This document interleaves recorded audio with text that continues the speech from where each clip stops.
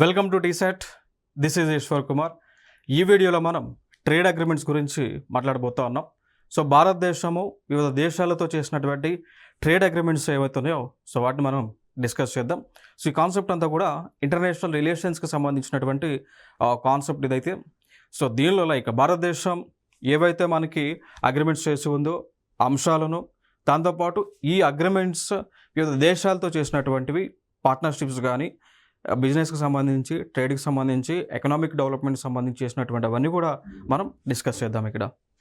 So ముందుగా ఇక్కడ మనం చూసుకుంటే మనకి ఒక ప్రీవియస్ ఇయర్ క్వశ్చన్ రావడం జరిగింది. సో ఆ క్వశ్చన్ ఒకసారి చూసిన తర్వాత ఏ విధంగా క్వశ్చన్స్ని అడుగుతా ఉన్నారో దాన్ని బట్టి మనం ప్రిపేర్ అవుదాం, కాన్సెప్ట్ని మనం డిస్కస్ చేద్దాం.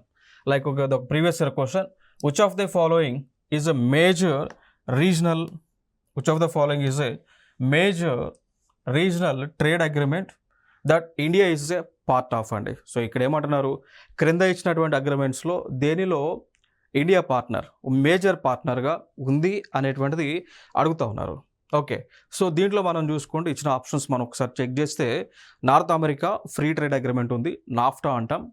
And 2 South Asian free trade agreement లేదా South Asian free trade area అంటాం, సాఫ్టా అంటాం. 3 చూసుకుంటే యూరోపియన్ యూనియన్ అంటాం, సో ఐరోపా సమాఖ్య అంటాం. And 4 comprehensive and progressive agreement for trans pacific partnership, so CPTPP. So టోటల్గా 4 అగ్రిమెంట్స్ అయితే ఇచ్చారు. దీనిలో భారతదేశం దేనిలో మెంబర్గా ఉందో అని అడిగి ఉన్నారు. So it is a previous year question ఇది.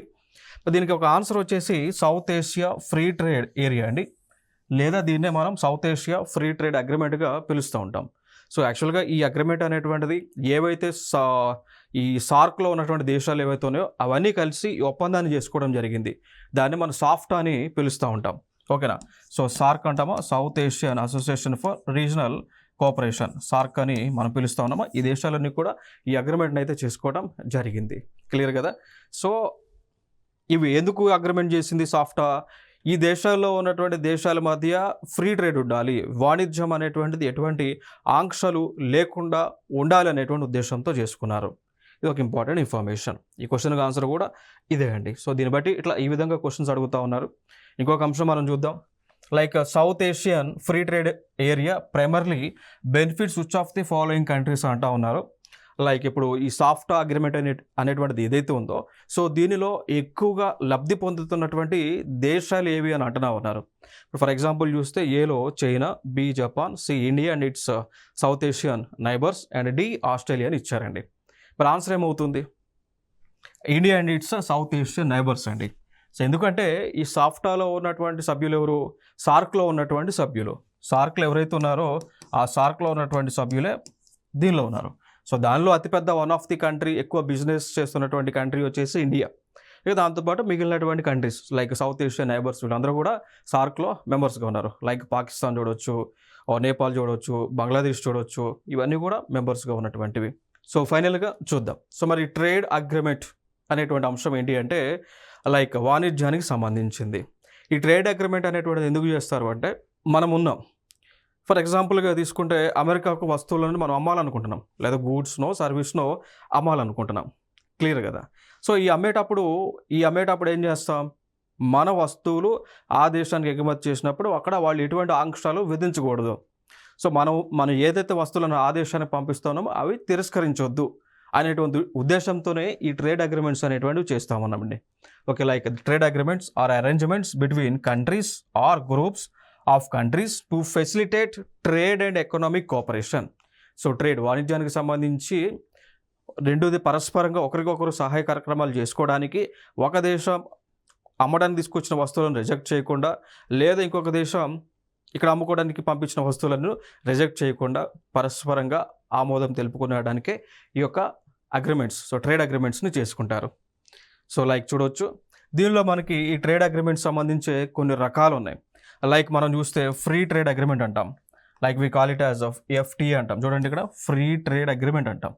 సో జనరల్గా ఈ ఫ్రీ ట్రేడ్ అగ్రిమెంట్ అనేటువంటిది ఎందుకు చేసుకుంటాము అనేటువంటి అంశంలోకి వెళ్ళినట్లయితే, ఈ గూడ్స్ కానీ సర్వీస్కి సంబంధించి ట్రేడ్, వాణిజ్యం మంచిగా జరగడానికి, దాంతోపాటు టారిఫ్స్ని ఎక్కువగా వేయకుండా. ఇప్పుడు ఫర్ ఎగ్జాంపుల్గా చూసుకుంటే లైక్ ఇప్పుడు చైనా ప్రోడక్ట్లు, సో చైనా దేశానికి చెందినటువంటి వస్తువులు భారతదేశానికి వస్తున్నాయి అనుకోండి. సో అప్పుడు మన భారతదేశం ఏం చేస్తూ ఉంది, దీనిపైన టారిఫ్లను ఇస్తూ ఉంది. దాన్నే మనం పిలుస్తాము యాంటీ డంపింగ్ డ్యూటీస్ అని పిలుస్తామండి. ఓకేనా. సో భారతదేశం ఏం చేస్తూ ఉంది, చైనా వస్తువుల పైన అడిషనల్గా సుంకాన్ని విధిస్తూ ఉంది, ట్యాక్స్ను వేస్తూ ఉన్నారు. దాన్నే యాంటీ డంపింగ్ డ్యూటీ అని పిలుస్తూ ఉంటారు. ఎందుకు వేస్తూ ఉంది చైనా పైన ఇండియా ఈ ట్యాక్స్ ఎందుకు వేస్తూ ఉంది? కారణం ఏంటి అంటే భారతదేశంలో ఉత్పత్తి అయినటువంటి వస్తువుల కంటే చైనాలో ఉత్పత్తి అయ్యి మన భారతదేశానికి వస్తున్నటువంటి వస్తువుల యొక్క రేటు చాలా తక్కువ. ఇప్పుడు మన దగ్గర ఫర్ ఎగ్జాంపుల్ మన దగ్గర ఫోన్ తయారు చేయాలనుకోండి, ఆ ఫోన్ తయారు చేసే కాస్ట్ మన దగ్గర ₹1,00,000 అవుతుంది అనుకోండి. అదే ఫోను అంతకంటే ఎక్కువ ఫీచర్స్ ఉన్న ఫోను చైనాలో తయారు చేస్తే 10,000 అవుతుంది. సో అప్పుడు చైనా వాళ్ళు ఏం చేస్తూ ఉన్నారు, ఆ ఫోన్ తీసుకొచ్చి 10,000కి భారతదేశంలో అమ్ముతూ ఉన్నారు. మరి మన భారతదేశంలో ఆ ఫోన్ తయారు చేయడానికి ₹1,00,000 అవుతున్నప్పుడు మనం ఎంతకు అమ్ముతాం? 1,20,000కు, 1,30,000కు అమ్ముతాం. జనరల్గా కామన్ పీపుల్ ఏం చేస్తారు, 1,30,000 పెట్టి ఫోన్ కొంటాడా, లేకపోతే అదే ఫీచర్స్ అంతకంటే ఎక్కువ ఫీచర్స్ వస్తున్న ఫోను మనకి 10,000కు 20,000కు దొరికితే ఏది కొంటారు? చైనా ప్రోడక్టే కొంటారు కదా. అంటే దానివల్ల ఇక్కడ ఏం జరుగుతూ ఉంది, సో డొమెస్టిక్ ఇండస్ట్రీస్ అన్నీ కూడా కొలాప్స్ అవుతూ ఉన్నాయి. సో సొంత దేశంలో ఉన్నటువంటి ఇండస్ట్రీస్ అన్నీ కూడా పతనం అవుతూ ఉన్నాయి. సో అది లేకుండా ఉండడానికి ఇక్కడ ఏం చేస్తారంటే చైనా వాళ్ళ గూడ్స్ తక్కువ కాబట్టి, స్వదేశీలో భారతదేశంలో ఉత్పత్తి ఉన్న వస్తువులు కంటే తక్కువ కాబట్టి వారిపైన ఈ ట్యాక్స్ వేస్తారు అన్నట్టు, టారిఫ్ అనేటువంటిది వేస్తారండి. అర్థమైందా? సో టారిఫ్ అనేటువంటిది ఆటోమేటిక్గా వేశారనుకోండి, దానివల్ల ఏం జరుగుతుంది, ఎంత టారిఫ్ వేస్తారు? ఇప్పుడు ఫర్ ఎగ్జాంపుల్ ఇప్పుడు ఇండియాలో ఒక ఫోన్ కాస్ట్ ₹1,00,000 అనుకోండి ఎగ్జాంపుల్గా. ఇదే ఫోన్ చైనా వాడు తయారు చేస్తే ఫర్ ఎగ్జాంపుల్గా తీసుకుంటే ₹50,000 అనుకోండి, 50,000 అనుకోండి. ట్యాక్స్ ఎంత వేస్తారు అప్రాక్సిమేట్గా చూసుకుంటే, ఫర్ ఎగ్జాంపుల్గా తీసుకుంటే ఒక ₹40,000 ట్యాక్స్ వేసారనుకోండి. అంత 5,000 కానీ మన అర్థం అవడానికి నేను చెప్తా ఉన్నా. సో ₹40,000 ట్యాక్స్ వేస్తే వీటి తయారు చేయడానికి 50,000 అవుతుంది. 40,000 ట్యాక్స్ వేస్తే జనరల్గా ఇప్పుడు చైనా వాళ్ళు ఏం చేయాలి, ఇక చచ్చినట్టు ఆ ప్రోడక్ట్ని ₹1,00,000 లేదా 90,000 కంటే ఎక్కువే అమ్మాలి, 90,000 కంటే ఎక్కువే అమ్మాలి. బట్ ఇక్కడ ఇండియాలో చూసుకుంటే ₹1,00,000 మ్యానుఫ్యాక్చరింగ్ కాస్ట్ అవుతుంది. చైనా ప్రోడక్ట్ 50,000 40,000 కలిపి 90,000 అవుతుంది. సో వచ్చినట్టు వాడు ఏం చేయాలి, 1,00,000 పైకే అంటే 90,000 పైన అమ్మాలి. సో అప్పుడు ఏమవుతుంది, ఇండియా ప్రోడక్ట్ యొక్క వాల్యూ చైనా ప్రోడక్ట్ యొక్క వాల్యూ డొమెస్టిక్ మార్కెట్లో సిమిలర్గా ఉంటుంది కాబట్టి అప్పుడు కొనేటువంటి కన్స్యూమర్ ఒక ఆలోచన చేసి డెసిషన్ తీసుకొని కొంటాడు అన్నట్టు. ఓకేనా. సో అంటే ఈక్వల్ ప్రిఫరెన్స్ ఇక్కడ వస్తున్నట్టు అన్నట్టు. సో అట్లా దానికోసం టారిఫ్లు వేస్తూ ఉంటారు. ఆ టారిఫ్లకు సంబంధించింది ఫ్రీ ట్రేడ్ అగ్రిమెంట్స్ చేసుకుంటారు. సో ఇక్కడేంటి అంటే ఈ ఫ్రీ ట్రేడ్ అగ్రిమెంట్ కనుక చేసుకుంటే ఆ టారిఫ్స్ వేసేది 40,000 వేయకుండా, అంటే ఆ సుంకాన్ని 40,000 వేయకుండా 30,000 10,000 20,000 అట్లా ఇస్తారన్నట్టు, తగ్గిస్తారన్నట్టు. ఓకేనా. సో ఇట్లా ఈ కోవలో అగ్రిమెంట్స్ చేసుకుంటారు. దానికి ఎగ్జాంపుల్గా తీసుకుంటే నాఫ్టా అంటాం and India Asian free trade అగ్రిమెంట్గా మనం ఎగ్జాంపుల్ తీసుకోవచ్చండి. ఇంకా ఫర్దర్గా పీటీఏ అంటాం, ప్రిఫరెన్షియల్ ట్రేడ్ అగ్రిమెంట్స్ అంటాం. ఓకేనా. ఇక్కడ ఏంటి, పార్షియల్ టారిఫ్ రిడక్షన్ని చేస్తారు కొన్ని గూడ్స్ పైన, కొన్ని వస్తువులపైనే ఆ సుంకాన్ని విధించేది, దిగుమతి సుంకం ఏదైతే ఉందో దాన్ని తక్కువగా ఇస్తుంటారు. నెక్స్ట్ ఇంకొకటి సిఈపిఏ అంటాం, అంటే ఇక్కడ చూడండి కాంప్రహెన్సివ్ ఎకనామిక్ పార్ట్నర్షిప్ అగ్రిమెంట్ అంటాం, లేదా కాంప్రహెన్సివ్ ఎకనామిక్ కోఆపరేషన్ అగ్రిమెంట్ అంటాం. ఓకేనా. సో ఇవి జనరల్గా మనం చూసుకుంటే ఇన్వెస్ట్మెంట్కి సంబంధించి వాటిపైన ఈ యొక్క టారిఫ్స్ అనేటువంటివి వేస్తూ ఉంటారు. నెక్స్ట్ కస్టమ్స్ యూనియన్ ఉంటుంది, common external tariff plus free internal trade ఉంటుంది. ఓకేనా. కస్టమ్స్ యూనియన్ అంటే మనం చెప్పుకుంటే యూరోపియన్ యూనియన్కి సంబంధించి కస్టమ్స్ యూనియన్. సో అట్లా ఎగ్జాంపుల్గా ఉంటాయి. దాని తర్వాత కామన్ మార్కెట్ ఉంటుంది, దాని తర్వాత ఎకనామిక్ యూనియన్స్ ఉంటాయి. ఓకేనా. సో ఫర్ ఎగ్జాంపుల్గా తీసుకుంటే యూరోపియన్ యూనియన్, అది కామన్ ఎకనామిక్ మార్కెట్స్ అవి. ఓకే. ఆఫ్రికా కాంటినెంట్లో ఆఫ్రికా యూనియన్ ఉంటుంది. అవి దేనికి ఎగ్జాంపుల్, ఈ ఎకనామిక్ యూనియన్స్కి ఎగ్జాంపుల్ అనమాట. సో అట్లా ఇవన్నీ కూడా మనకి ఈ అగ్రిమెంట్స్, ట్రేడ్కి సంబంధించిన అగ్రిమెంట్స్లో టైప్స్ ఇవన్నీ. ఒక్కొక్క అవసరాన్ని బట్టి ఒక్కొక్క అగ్రిమెంట్ మనం చేసుకుంటూ ఉంటాం. ఓకేనా. సో ఇది ఇక్కడ ఇంపార్టెంట్ ఇక్కడ. సో దాని తర్వాత మనం చూసుకుంటే ఈ యొక్క ట్రేడ్కి సంబంధించి కొన్ని ప్రాజెక్ట్స్ మనకైతే ఉన్నాయి. వెరీ ఇంపార్టెంట్ ప్రాజెక్ట్, ఇటీవల టీజీపీఎస్సీ గ్రూప్ 3 ఎగ్జామ్లో కూడా అడిగారు, దీనికి సంబంధించి అడగడం జరిగింది. సో దాన్నే మనం డిస్కస్ చేద్దాం. India middle east Europe corridor project ఇది. పేరులో ఉంది కదా, ఇక్కడ మీరు చూసుకున్నట్లయితే లైక్ ఇండియా ఉందా, మిడిల్ ఈస్ట్ ఉందా, యూరోప్ ఉందా. సో ఈ మ్యాప్లో చూడండి, ఇండియా ఎక్కడుంది, ఇక్కడ ఉంది. దాని తర్వాత మిడిల్ ఈస్ట్ కంట్రీస్ అంటే ఏవి, ఈ Gulf countries. Middle east countries అంటే గల్ఫ్ కంట్రీస్. యూరోపియన్ కంట్రీస్ అంటే ఏవి, ఇవండి.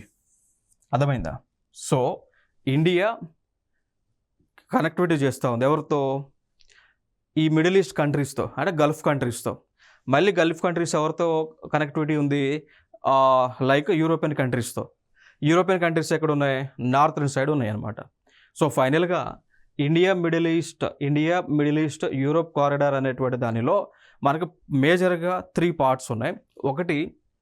ఒకటి ఇండియా గల్ఫ్ కంట్రీస్తో కనెక్ట్ అవ్వటం, మళ్ళీ గల్ఫ్ కంట్రీస్ ఇవన్నీ కూడా యూరోప్ దాంతో కనెక్ట్ అవ్వటం.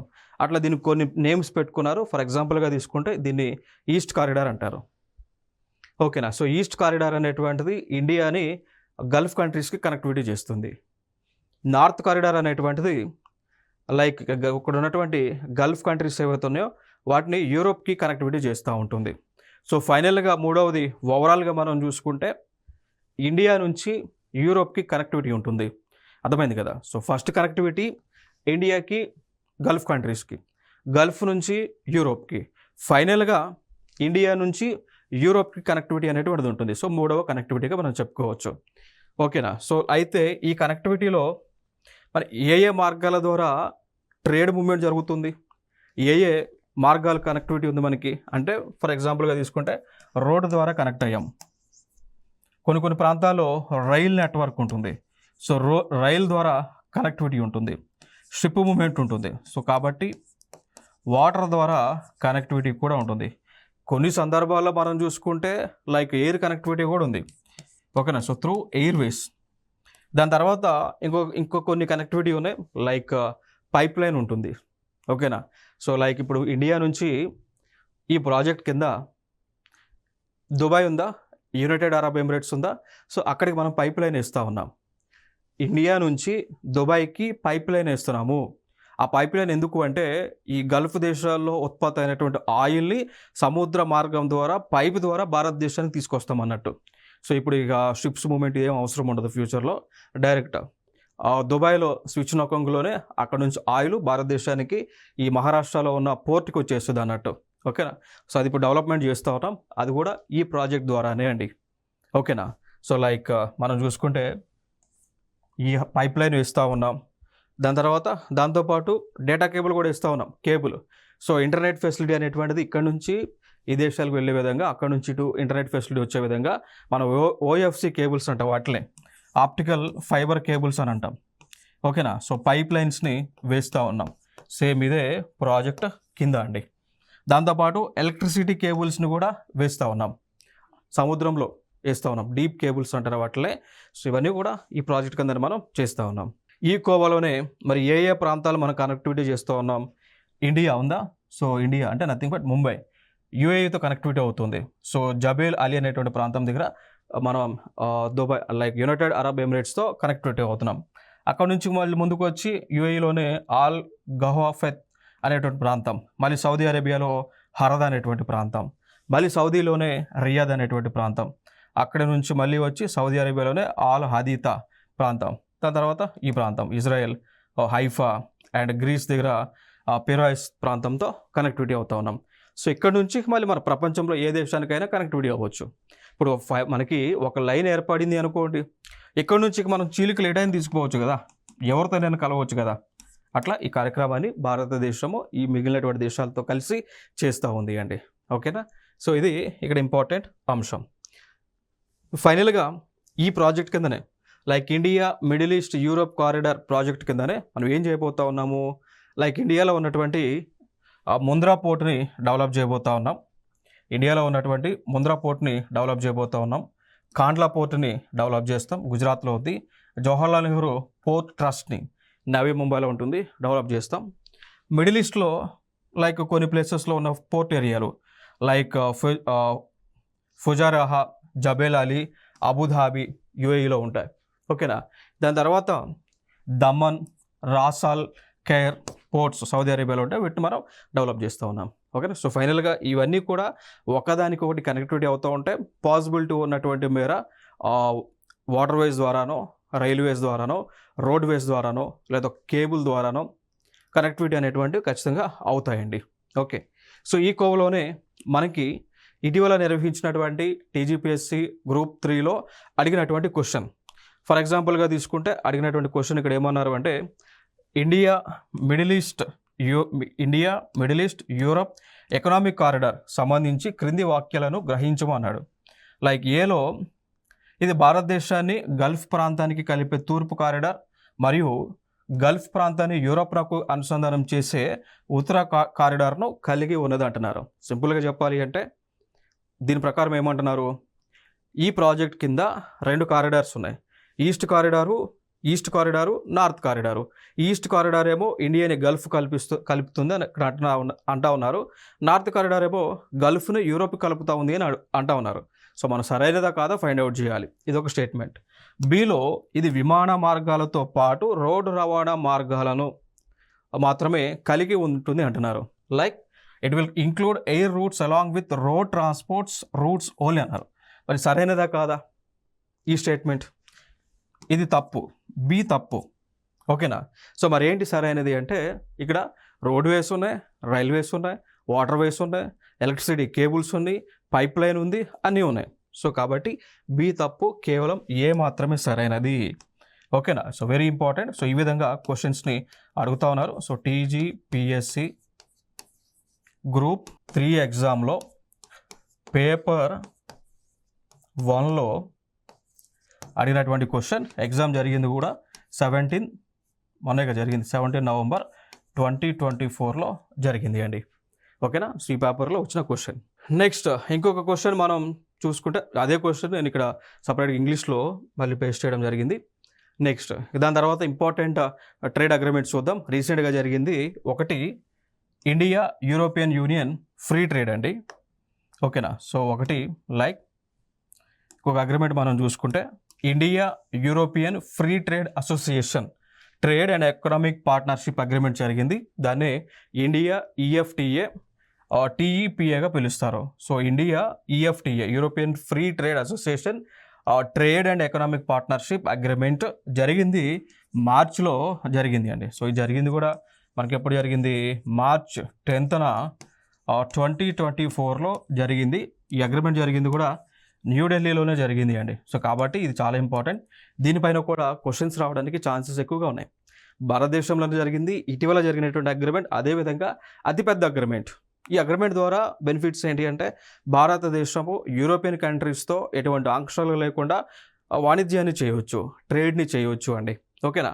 సో ఇది మెయిన్ ఇంపార్టెంట్ అగ్రిమెంట్ ఇక్కడ. ఇంకొక ఫర్దర్గా మనం చూసుకుంటే ఈ అగ్రిమెంట్ ద్వారా కలిగే బెనిఫిట్స్ ఏమున్నాయో చెప్పనా, ఏం బెనిఫిట్స్ ఉన్నాయో.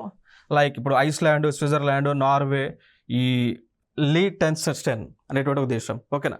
So like Iceland, Switzerland, Norway ఈ దేశాలు ఏవైతే ఉన్నాయో ఈ దేశాలు గతంలో వీళ్ళు బిజినెస్ చేసేటప్పుడు టారిఫ్స్ ఈ విధంగా ఉండేవి. ప్రీవియస్ టారిఫ్ మనం చూసుకుంటే 0%, ఇక్కడ 1 నుంచి 2%, 0% అండ్ 1 to 2% అండి. ఈ అగ్రిమెంట్ చేసిన తర్వాత అంటే పోస్ట్ ఈఎఫ్టీఏ ఇండియా టీఈపీఏ ఉందా, సో ఈ అగ్రిమెంట్ చేసిన తర్వాత ఏం బెనిఫిట్స్ జరిగినాయి, ఇక్కడ 0 ఉంది యాజ్ యూజువల్గా. ఇక్కడ 1.2 ఉన్నది కాస్త 0 అయింది, ఇక్కడ 1.2 ఉన్నది కాస్త 0 అయింది అన్నట్టు. ఓకేనా. సో ఇవి ఇక్కడ ఇంపార్టెంట్. ఇక్కడ చూడండి, ఇవి ఇక్కడ ఇంపార్టెంట్, క్లియర్ కదా. సో అవి బెనిఫిట్స్. సో ఇట్లా ఈ విధంగా ఈ ట్రేడ్ అగ్రిమెంట్స్ అనేటువంటివి చేసుకోవడం వల్ల ఆ విధంగా బెనిఫిట్స్ అనేటువంటివి ఉంటాయండి. నెక్స్ట్ ఇంకొక అంశం మనం చూసుకున్నట్లయితే లైక్ ఇప్పుడు ఇదే అగ్రిమెంట్ ద్వారా బిజినెస్ ఎంత జరుగుతూ ఉంది దానికి సంబంధించిన ఇన్ఫర్మేషన్ అండి. ఒకసారి స్క్రీన్ షాట్ తీసుకుని అయితే చూడండి.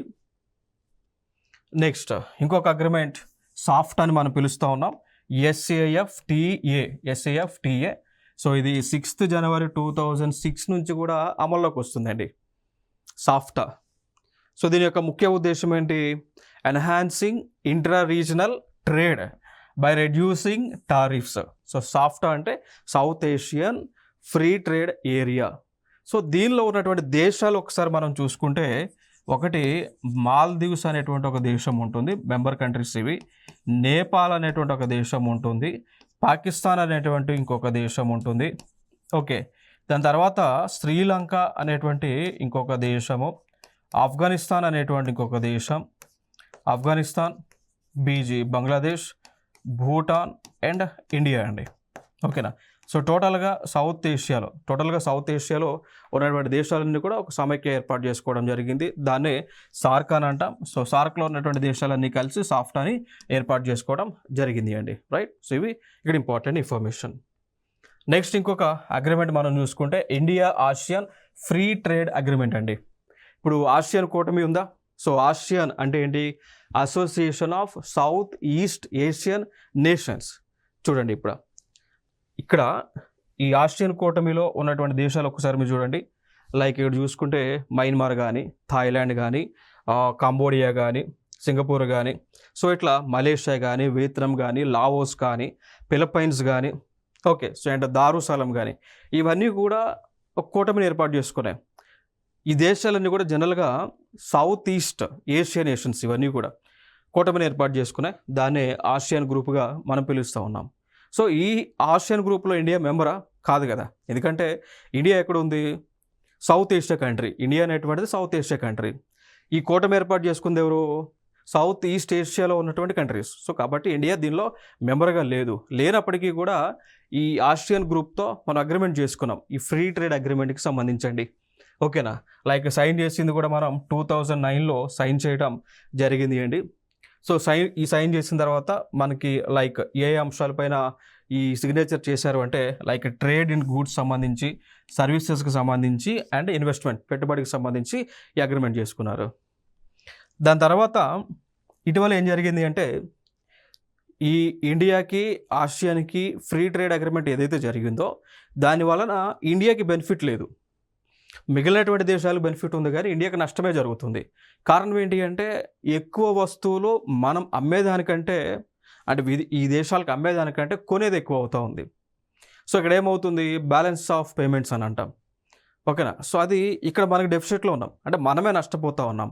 సో అందుకు ఇండియన్ గవర్నమెంట్ ఏం చేస్తూ ఉంది అంటే ఈ 2009లో ఏదైతే మనం అగ్రిమెంట్ చేసుకున్నామో, ఏషియన్ అగ్రిమెంట్ జరిగిందో, దీనిలో కొన్ని మార్పులు చేయాలి అని చెప్పేసి ఇండియన్ గవర్నమెంట్ రిక్వెస్ట్ చేస్తూ ఉంది. సో దానికి సంబంధించి కొన్ని డిస్కషన్స్ మొన్న అక్టోబర్లో జరిగినాయి. బట్ ఇది ఇంకా కన్క్లూజన్లోకి రాలేదు. మళ్ళీ నెక్స్ట్ లైక్ డిస్కషన్స్ని ఫిబ్రవరి 2025లో చేసుకోబోతూ ఉన్నారు. ఓకేనా. సో ఫిబ్రవరి 2025లో మళ్ళీ డిస్కషన్స్ని కంటిన్యూ చేస్తారండి. ఓకేనా. సో ఇవి ఇక్కడ ఇంపార్టెంట్గా మన అగ్రిమెంట్కి సంబంధించి డిస్కస్ చేయాల్సినవి. అయితే ఇక్కడ ఇంకొక మన భారతదేశానికి అల్లజడి సృష్టిస్తున్నటువంటి అంశం ఏంటి అంటే ఇదే ఆసియన్ గ్రూప్ ఆఫ్ కంట్రీస్తో చైనా కూడా అగ్రిమెంట్ చేసుకుంది. ఆల్రెడీ చైనా కూడా అగ్రిమెంట్ చేసుకుంది. బట్ చైనా కొన్ని ఆంక్షలను విధిస్తూ ఉంది. అండ్ ఇన్ ద సెన్స్ వాళ్ళు చెప్తూ ఉంది ఆసియన్ గ్రూప్ ఆఫ్ కంట్రీస్తో, మీరు భారతదేశంతో ఫ్రెండ్లీగా ఉండొద్దు, ఇన్ కేస్ ఉంటే కనుక మేము ఇచ్చే బెనిఫిట్స్ మీకు ఇవ్వము అని చెప్పేసి చైనా చెప్తూ ఉంది. అట్లా చెప్పడం వల్ల కూడా కొంత ఇండియాకి అంటే అంత ఇష్యూ అయితే ఉండదు కానీ బట్ సమ్మోర్ బిజినెస్ అయితే కొంచెం తగ్గే ఛాన్సెస్ కూడా ఉండకపోవచ్చు. It depends upon the decision of that particular country అండి. ఓకే, నెక్స్ట్ దీనిలోనే ఇవన్నీ కూడా మెంబర్స్ అండి. ఈ ఆసియన్ గ్రూప్లో ఉన్న members Brunei, Cambodia, Indonesia, Laos, Malaysia, Myanmar, Philippines, Singapore, Thailand and Vietnam అనేటువంటి దేశాలు ఇవన్నీ కూడా ఈ కూటమిలో ఉండడం జరిగింది. ఇంకొక అగ్రిమెంట్ వచ్చేసి ఇండియా శ్రీలంక ఎఫ్టీఏగా మనం పిలుస్తూ ఉంటాం. సో ఇండియాకి శ్రీలంక మధ్య కూడా ఈ ఫ్రీ ట్రేడ్ అగ్రిమెంట్ అయితే జరిగింది 1998 డిసెంబర్ 28న జరిగింది అండి. జరిగింది కూడా ఇప్పుడు ఆ టైంలో లైక్ 1998 అంటే మనకి ప్రైమ్ మినిస్టర్ ఉంది ఆ టైంలో అటల్ బిహారీ వాజ్పేయి గారు కదా. ఓకేనా. సో వారు ఉన్న టైంలోనే శ్రీలంక యొక్క president, prime minister and India యొక్క ప్రైమ్ మినిస్టర్ వీళ్ళిద్దరి మధ్య ఈ అగ్రిమెంట్ జరిగింది. ఓకే. సో ఈ ఫొటోస్ కూడా అదే. ఇక్కడ మనకి అటల్ బిహారీ వాజ్పేయి గారు ఉన్నారు, ఇక్కడేమో కుమారత్నంగా. సో తన పేరు శ్రీలంక దేశం ఏదైతే ఉందో ఆ దేశానికి చెందినటువంటి వారు సుపీరియర్ అన్నట్టు. వీళ్ళిద్దరి మధ్య కూడా ఈ అగ్రిమెంట్ అయితే జరిగింది.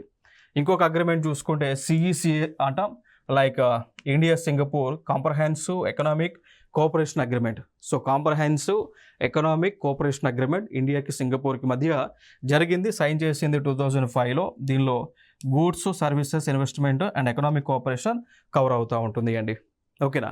సో దీనిలో ఉన్న మేజర్ కాంపోనెంట్స్ మనం చూసుకుంటే లైక్ ఫ్రీ ట్రేడ్ అగ్రిమెంటు, దాని తర్వాత ఈ సర్వీసెస్కి సంబంధించినటువంటి ఎంకరేజ్మెంట్ కానీ అరేంజ్మెంట్స్ కానీ ఉంటాయి.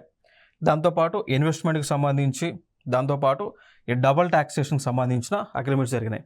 ఇప్పుడు ఫర్ ఎగ్జాంపుల్ సింగపూర్ దేశం ఉందా, సింగపూర్ ఏదైనా ఒక వస్తువు ఒక ప్రోడక్ట్ సింగపూర్ దేశంలో తయారైంది అనుకోండి. ఆ సింగపూర్ దేశంలో తయారైనప్పుడు ఆ ప్రోడక్ట్ సింగపూర్లో ట్యాక్స్ కట్టాలి. ఆల్రెడీ ఆ ప్రోడక్ట్ అనేటువంటిది ఒకసారి ట్యాక్స్ సింగపూర్లో కట్టింది అనుకోండి, ప్రోడక్ట్ సంబంధించి కట్టారనుకోండి, మళ్ళీ వాళ్ళు ఇండియాలోకి ఆ వస్తువుని ఎగుమతి చేస్తే ఇండియాలో ట్యాక్స్ కట్టాల్సిన అవసరం లేదు. దాన్ని డబల్ ట్యాక్స్ అవాయిడెన్స్ అంటాం. డబుల్ ట్యాక్స్ అవాయిడెన్స్ అగ్రిమెంట్ అని పిలుస్తూ ఉంటాం. అంటే ఏదైనా ఒక ప్రోడక్ట్ పైన ఒక్కసారి పన్నుని చెల్లిస్తే ఏ దేశంలో అయినా కానీ రెండోసారి ఆ పన్నుని చెల్లించవద్దు. ఫర్ ఎగ్జాంపుల్ ఏదైనా ఒక ఫోన్ మన ఇండియాలో తయారు చేస్తే ఇండియన్ గవర్నమెంట్కి ట్యాక్స్ కట్టారనుకోండి ఆ కంపెనీ, ఆ ప్రోడక్ట్ పైన మళ్ళీ సింగపూర్లో ట్యాక్స్ కట్టాల్సిన అవసరం లేదు. లేదా సింగపూర్లో ట్యాక్స్ కట్టారనుకోండి, ఇండియాలో ట్యాక్స్ కట్టాల్సిన అవసరం లేదు. సో దీన్ని డబుల్ ట్యాక్స్ అవాయిడెన్స్ అగ్రిమెంట్ అని పిలుస్తూ ఉంటాం. అట్లా మనం ఇండియా సింగపూర్తో చేసుకున్నాం, ఇండియా మారిషస్తో కూడా మనం చేసుకున్నాం. ఓకేనా. సో అట్లా ఇవి ఒక ఇంపార్టెంట్ ఇన్ఫర్మేషన్ ఇక్కడ. నెక్స్ట్ మనం చూసుకుంటే ఇంకొక అగ్రిమెంట్ వచ్చి India Japan agreement. So comprehensive economic partnership అగ్రిమెంట్గా పిలుస్తూ ఉన్నాం. 2011లో అగ్రిమెంట్ చేసుకున్నా ఉన్నాం. దీని యొక్క మేజర్ ఉద్దేశం ఏంటి అంటే టారిఫ్లను రెడ్యూస్ చేయడం లేదా పూర్తిగా ఎలిమినేట్ చేయడం అండి. ఓకేనా. సో ఇది మనకి ఇక్కడ ఇంపార్టెంట్ ఇన్ఫర్మేషన్గా మనం చెప్పుకోవచ్చు. ఇంకొక అంశం మనం చూసుకుంటే ఇటీవల ఇండియాకి యూఏకి మధ్య కూడా ఈ అగ్రిమెంట్ జరిగింది. కాంప్రహెన్సివ్ ఎకనామిక్ పార్ట్నర్షిప్ అగ్రిమెంట్ జరిగింది. సో ఇండియాకి యూఏకి మధ్య అండి. ఓకేనా. సో ఈ పాయింట్ ఆఫ్ వ్యూలో మేజర్గా వాళ్ళు లైక్ బిజినెస్ సంబంధించి చేస్తారు. అందులో లైక్ ట్రేడ్ ఇన్ గూడ్స్కి సంబంధించి, టెక్నాలజీకి సంబంధించి అండ్ గూడ్స్ మూమెంట్కి సంబంధించి, ప్రొడక్ట్స్ యొక్క డిజైన్కి సంబంధించి, ఫార్మసీ సంబంధించిన అంశాలు వీటి పైన అగ్రిమెంట్స్ అనేటువంటివి చేసుకోవడం జరిగింది. సో ఇవి ట్రేడ్ అగ్రిమెంట్స్, ఇండియా వివిధ దేశాలతో చేసినటువంటి అగ్రిమెంట్స్. ఓకే. సో నెక్స్ట్ వీడియోలో సరికొత్త అంశాలతో మీ ముందుకు రావడం జరుగుతుంది. Thank you so much.